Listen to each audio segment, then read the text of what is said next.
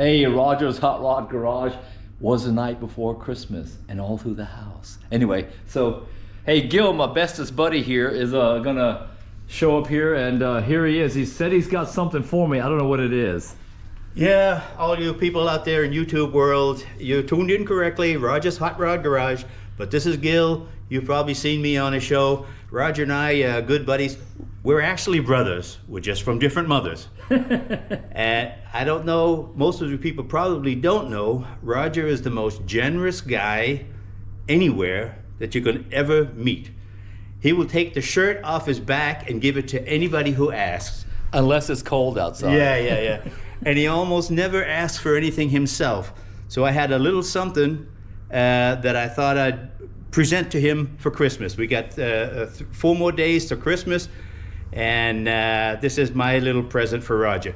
The thing is, we all know Roger has the greatest man cave garage in Central Europe. He's got such a fantastic man cave, beautiful stuff. And Roger builds some of the greatest things that you can imagine. Roger's builds are like male ego penis extensions. You know? Hey, hold on. My head is getting entirely too big right now. Stop it. No. I mean, when he says, yeah, a 55 Chevy Nomad with an LS motor, and I've got a Model A coupe with 12-cylinder BMWs, Porsche with that. He's got everything. My question is, how in the hell does he do it without a third hand, without a vise? Uh-oh. This wimpy little wimpy little play tool here. Say it's not so. Scrawny, raunchy little vise. How in the look at it? Just how can that work, man? All right, man. Roger, I think I know. This probably weigh by 50, 60 pounds, right? Oh my God. This is a 60-pound baby, 29 kilos. Just give me the baby, not the labor pains, baby. Yeah. Oh, now this is man. a vise. Holy crap. Now this is a vise. Man. And that's an old school one too. It's older than you are.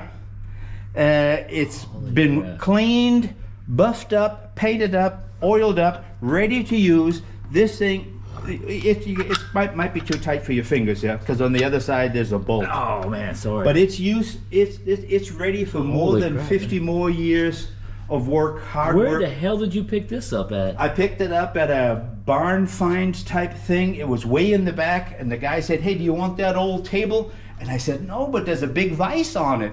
And he says, yeah, go ahead, you can have it. And I cleaned it up. This is yours, buddy. All right, man. So you're gonna see the awkward man hug here. Thanks, man. Appreciate it. Okay, man. No problem. Man. Cool, man. That is. Now I got to go build a special table over here to mount this doggone thing, because it can't go here. This is just a little bit too wimpy. Too wobbly. Oh man. Hey, Gil, thanks a lot, man. Oh, hey, come over here and get the rest of your drink. We'll have to. This is Roger's homemade brew right here. Cut that out. Cheers, man. Thanks a lot. Cheers to you. All right, that was a Merry Christmas. Good introduction right there, man. This wasn't scripted either, so I wasn't expecting that. Anyway, hey, Gil, appreciate it, man. Thanks. No problem. Love doing something for you, buddy. All right, hey, Gil just left a couple of seconds ago. Super cool Christmas present 2024. Thanks a lot, Gil. This thing has got to weigh like 30 pounds, maybe even more than that. That thing is heavy. So I'm gonna push that out the way right now and flip the camera around and get right back to business here. So this is the fender, obviously from the 57 Bug. And you see the holes right up in here, right? Obviously you see those. So the way I do it, wrong or right, just the way I do it, I get myself a blank piece of paper from the printer, and I'm gonna lay it about right here someplace and hold it down. And if your fingers are as dirty as mine are all the time, you can actually just rub them on here. And I'm just trying to copy either the crease or the dirt off my fingers on this white sheet of paper. Make sure you find that hole up in there. There's the hole. And then get the inside curve is important. Yep.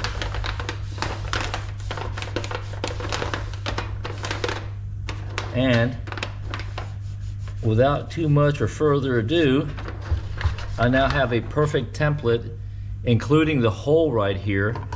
And I can take my handy dandy scissors and cut right along that crease line. And then I can transfer this onto a piece of metal and go over there to my bandsaw, my metal cutting bandsaw. And Bob will be your uncle. I'll be completed with this one right here. So I don't like doing rust repair. Literally, everybody heard me say it before, but this is easy. I'm gonna go to about right there, solid piece of metal, and cut all the way down to here. That hole will be drilled here, and I go down to about this level right here. That's solid up in here. Again, this is not a professional restoration. I'm just trying to get this big ugliness out of here and put a little bit of stability back in this little fender right here. And again, the outside, the aesthetically pleasing looking portion right there, I'm not going to touch into that. I'm just going to build this support piece right back up in here with the template I just cut out of here. So stay tuned. All right, so I took my Sharpie right here, marked the hole. Let me pull this up. Mark the hole right here. So this is actually exactly the center dissecting. And then that little piece right there is the piece from here to here, or the size from here to here, or the measurement from here to here. I said that 3 different times, but you know what I mean. So, and if you look right here, it looks like this has been brazed before. You see that shiny? It's like a gold color. So if I'm not mistaken, somebody's already worked on this thing, I don't know, 20, 30, 40 years ago. So let me fix this right here. And then check this out, this cool little tool. I picked this up some swap meet, estate sale. And what it is, I didn't know what the hell it was to begin with, but what it is, it's just for cutting wood or cutting holes into leather is what I'm assuming, but the sharp edges right here, again, I picked my size. Maybe I'll go one size smaller to this one right here. Yep, that's the hole. And if you look right down here, I'm not faking this, you see that little mark I hit right there? That's the hole right there. So I will put this right here in the center. Oh, I did that wrong, hold on. Hit it right there.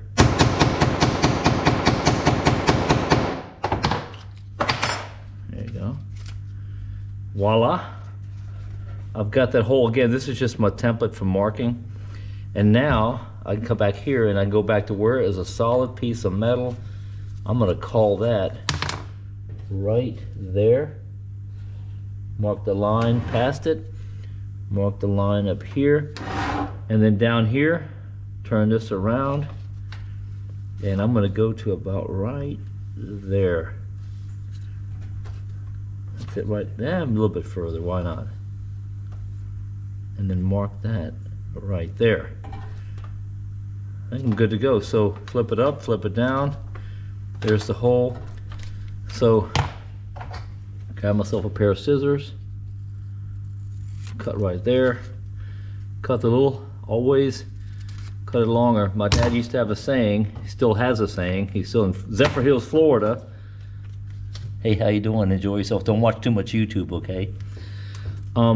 Always had a saying that I cut it 3 times and it's still too short. I don't know, make that a funny if you want to, but look, just check this one more time. This, I can tell you, is going to be a perfect match right here.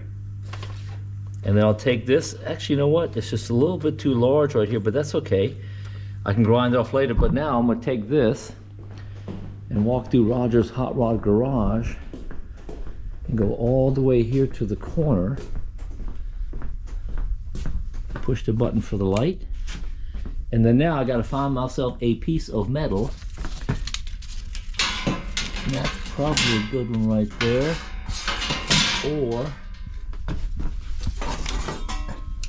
I like that one a little bit better. So I'm gonna walk out here with this piece of metal. There's the metal bandsaw I'm gonna be using here in a second, and let me transfer my template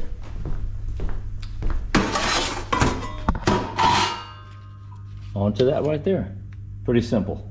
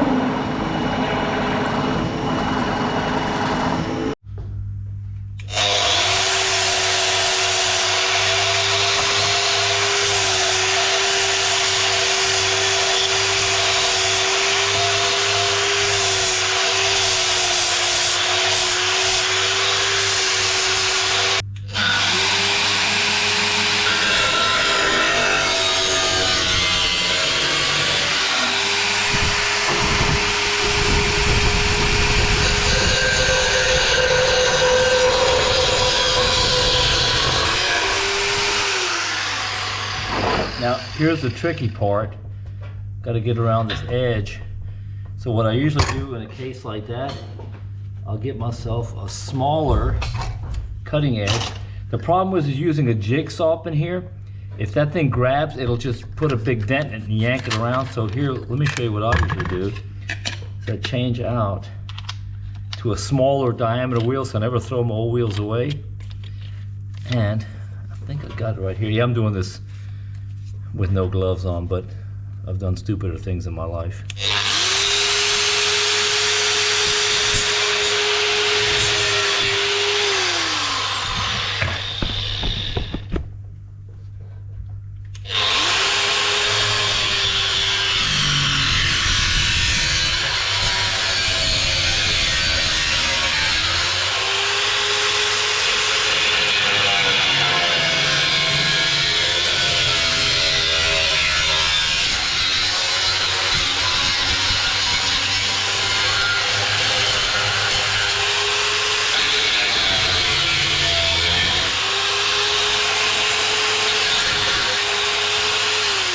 Now, alone the sound I'm making here, I've got good quality metal. I mean, it's, yeah, my definition of good quality metal is probably not somebody else's, but now what I'm gonna do is I'm gonna take this edge right here, make it nice and shiny up in here.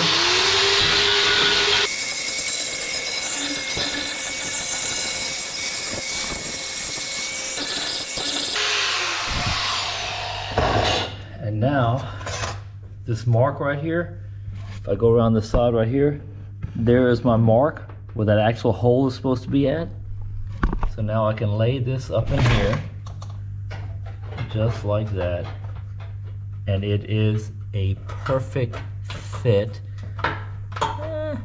One little trim right there in the corner. There's a little booger right there. If you can see that. That booger right there, I'll get rid of that one in just a second. And then it's just a matter of holding that up in here, and I've retained this nice little curve up in here. So I'll weld on the inside right here, and I should be done in a couple minutes. This is actually a pretty good fit. I didn't expect this to work this well. Cool beans. All right, so look, got over here my little welding station. This regular old pair of vice grips right here. Secure this one corner right here, just like that. And then feed this one up in here. Man, again, I ain't no professional, but this is looking pretty doggone good. And now this is actually a perfect edge right here. So let me leave that alone right here. Come on my handy dandy welder, make sure I have this thing set fairly low. I'm gonna put it on 2 right now, just so I don't burn through anything, because it is kind of thin right here. And again, these are gonna be my tack strips here, or my tacks, right there. Oh, gotta get myself a little ground over here. There we go. Hold on. Okay.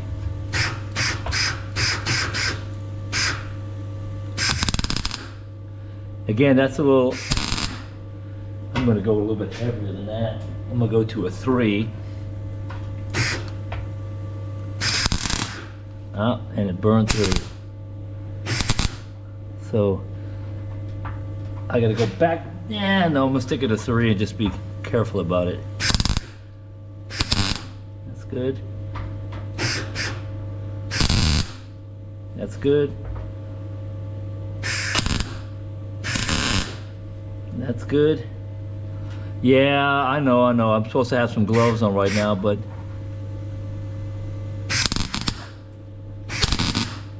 okay. And then this is smooth right here.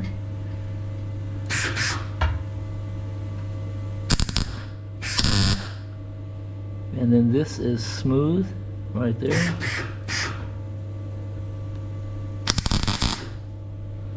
Perfect. So I can pop this off now. That is perfectly smooth. Put a little dot right there. And then that's perfectly smooth right there. Put a little dot right there. And I think we're done right here. Let me pop this one off. feel it right there.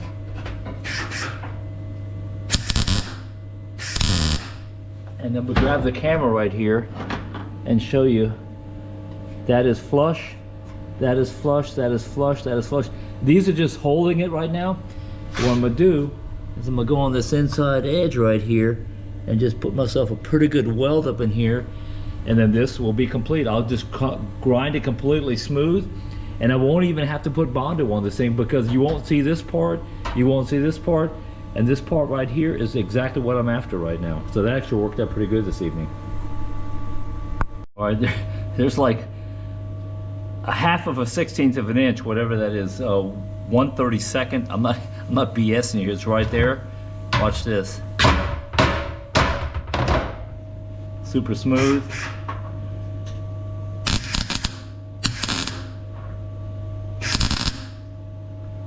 And I think I'm ready to weld all the way through here at sections at a time, because I don't want to warp this stuff, but that actually turned out pretty doggone good this evening. All right.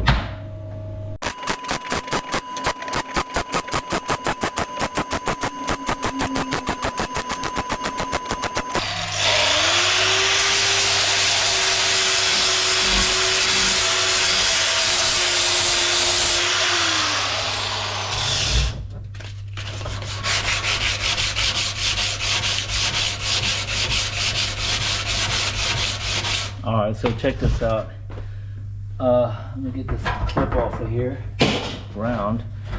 And if I say so myself, that's actually pretty doggone good right there. I've retained the curve in here.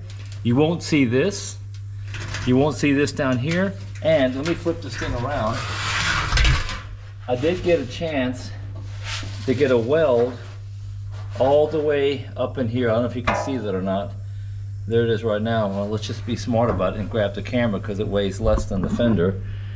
And there it is right there. So it's not a booger weld, and I got a couple of high low spots, but I completely put a seam all the way top bottom.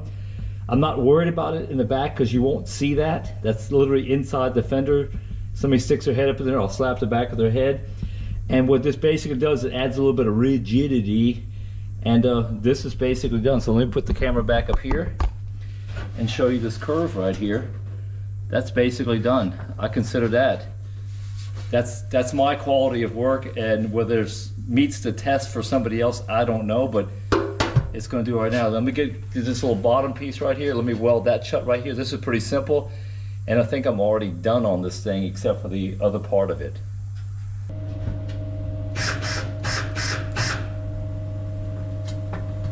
And it should be a little tap right here, otherwise I'll burn through it.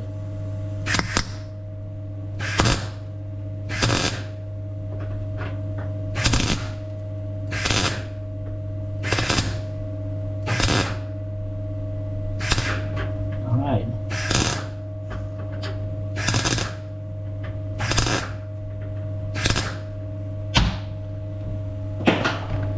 That is it right there. So now I'll clean up the inside edge right here, and then I'll put a bead weld on the inside right here and actually strengthen it up a little bit. Now see, I got a little bit of a stress fracture right there as well. All right, I almost forget to turn this off, so I put myself a little orange arrow here. Cut this one off, and we're gonna call this an evening right now, but before I do that, I got my handy dandy little cordless drill here. I tell you what, I'm not advertising these guys, but Bauer, I got this from Home Depot like 4 or 5 years ago. Have severely abused old girl here. I got myself the larger battery. I also have the smaller one in here so I can jump back and forth. Man, that thing is killer. It even has a little light up in here. See a little light down there? That's cool. But anyway, I'm gonna show you right here. I'm gonna dig out the rest of this crap, because if you got dirt up in here, that's not where you want to have dirt. I feel some dirt up in here, so let me check this out real quick.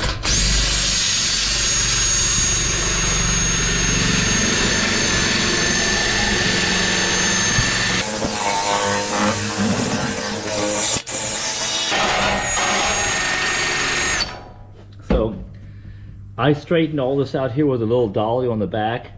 This is actually factory, this little creasing up in here. I'm not worried about that. I did clean the line up a little bit, But this, ladies and gentlemen, this fender is good to go. If you come over here, there's that little piece I welded in right here. I think it turned out pretty good, if I say so myself. And this one, I'll probably put some paint on tomorrow, just a Rust-Oleum. I went ahead and put a little bit of a support brace up in here, although it wasn't rusted. It did have a little crack down here.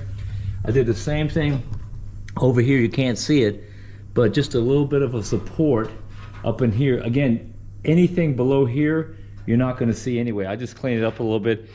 And this one's basically done. I've got one more to do tomorrow, and then I start sanding on the car, and we go from there. But this roof line is super, super straight, thanks to my friends from another country right now. But those cats are really, really good at what they do, so that's why I had them over here the other night.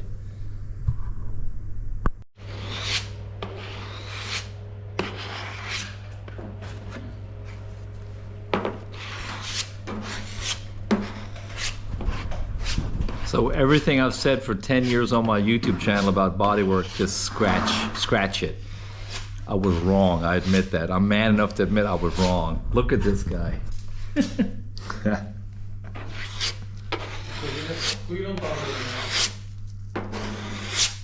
magic is that big giant piece of metal they're using right there. Right.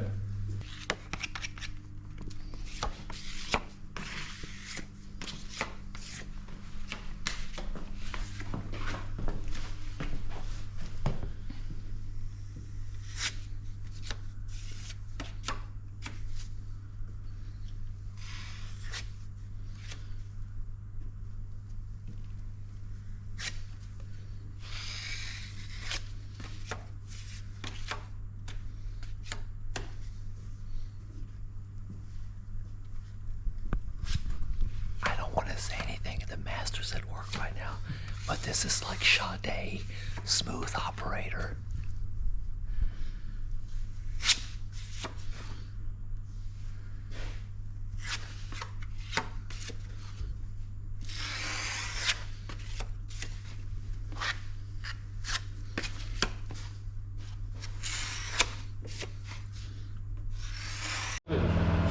All right, check this out. That's a lot of sanding down here, but that is the second coat. These guys are doing it in 2 passes. Super clear. And then check this out. Okay. You know, only when they point out to me where the low spots are, then I see them. But until they point them out, I don't see the damn things.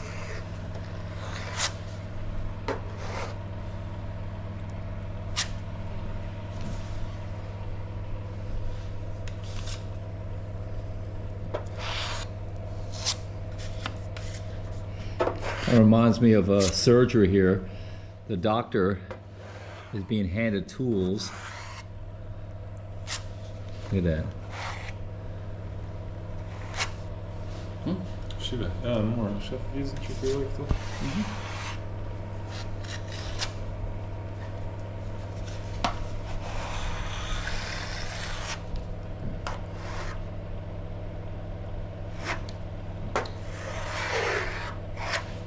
Okay.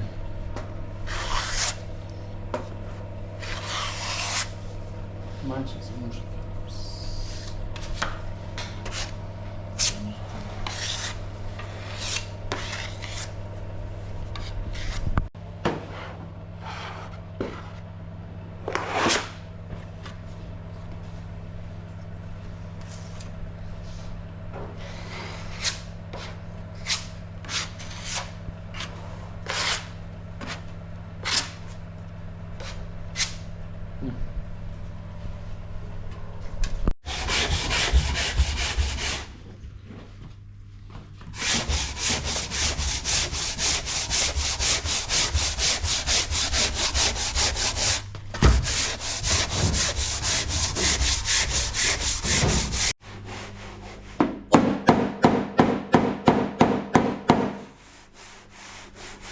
Sieht besser aus.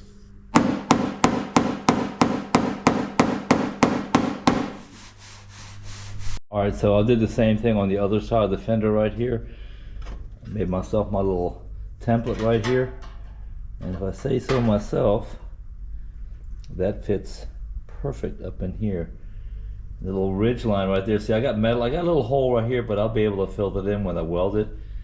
And then come around here. I got a little bit of a curve in here, but that's okay. So I'll take my little vice grip right here, and I'll just clamp this piece back here, and then I'll go around and do the rest of the welding on the inside. Again, on the inside right here, I'll run a bead all up in here. And as long as you're not welding directly on what I call aluminum foil right here, it's not aluminum foil, but it's really thin metal, and you weld into the bead that you just put on there with a little spot welding, spot welding, spot welding, spot welding, spot welding, then you can fill this completely up in here. And this will actually be stronger than the original stuff that came off the factory in '57.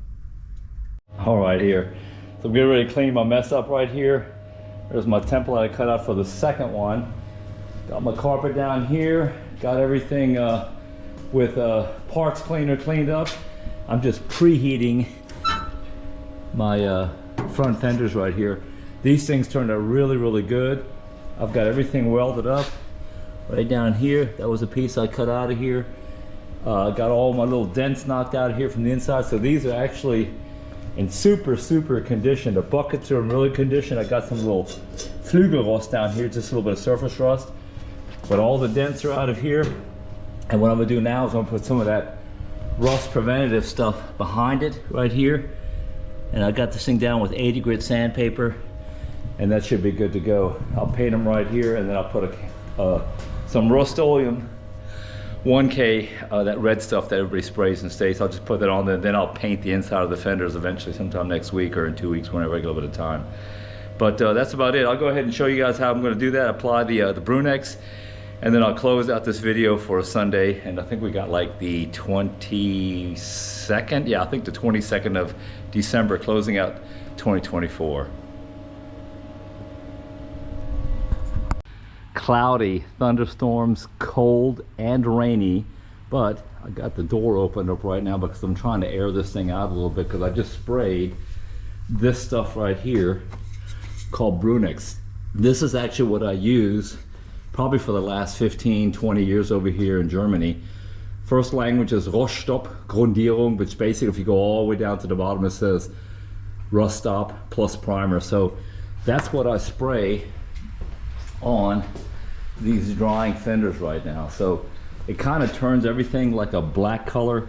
I think a couple of companies in the States have that rust converter stuff. It's basically the same stuff, same principle, but it turns it black with the chemical reaction with the oxidation slash rust that's already on here. Now, you can't spray this stuff directly onto, like flaky rust. That's not gonna do any good here. But it does have a chemical reaction. If you've got that light dusting of rust on here, you hit it with a wire wheel, 80 grit sandpaper like I just did, and it turns it this nice little black color, which is obviously primer, so it's paintable. And if you look on here, I got this thing perfectly straight right here. All these nice little sexy curves are the way there should be.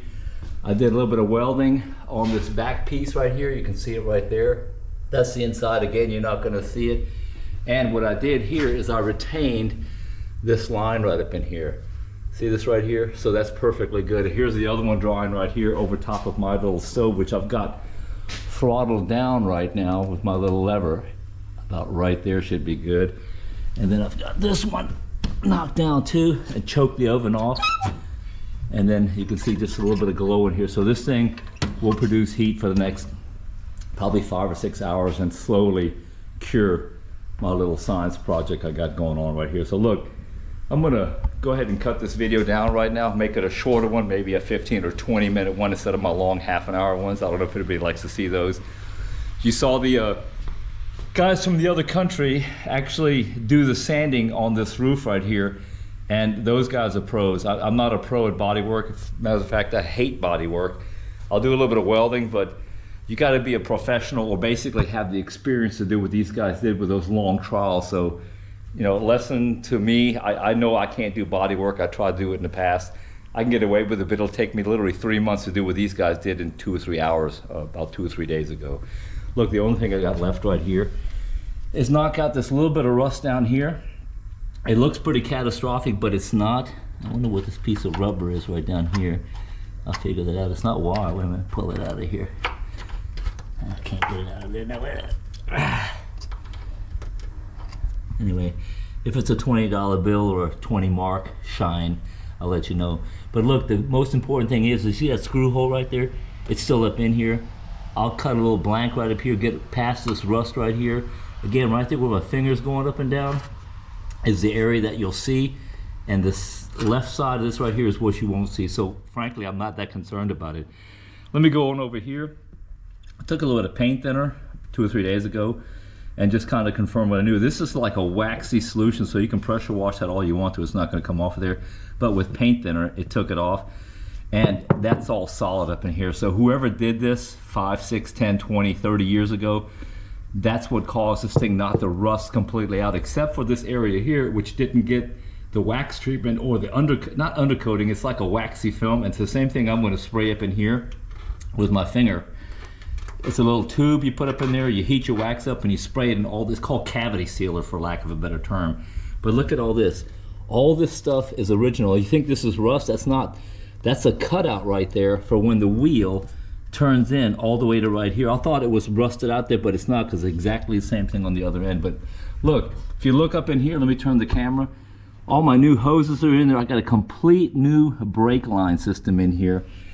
Drums, wheel cylinders, master cylinder, everything. So this thing has a complete new brake system on it. If you go up in here, I've got my wiring. This is original fuse block up in here. See that fuse block? Is that not cool? And there's the back of my retro sound stereo system. So it's original, but it's not original. And maybe if I get to it today, I'm just going to take some cleaner. And you see down there? Yeah, this is all that waxy crap, but I'm glad to put it in there. Look how clean that is up underneath there. That little spot I just rubbed with my finger right there. But anyway, the goal is to get this thing cleaned up today. The goal is also to stop talking right now and get this thing posted to YouTube, so you guys can see what I'm doing on my 57 Bug over here. So over to my best buddy Gil. Thanks a lot for bringing the huge, massive vise over here that he picked up from some estate sale / flea market. I saw the video you sent me last night in the picture, so appreciate that, Gil. Stay who you are, stay cool, because you're one of the coolest guys I know. I gotta find a place to mount this thing right now, and that's basically it in a nutshell. So let me shut this video down. Thanks for watching, liking, and subscribing. The YouTube channel is super cool right now. Did never expect it to go where right now with the advertisement, all the other stuff on there, so I really appreciate that. Again, I'll stop yapping right now. From Roger's Hot Rod Garage, this is Roger. Thanks for watching. Bye-bye.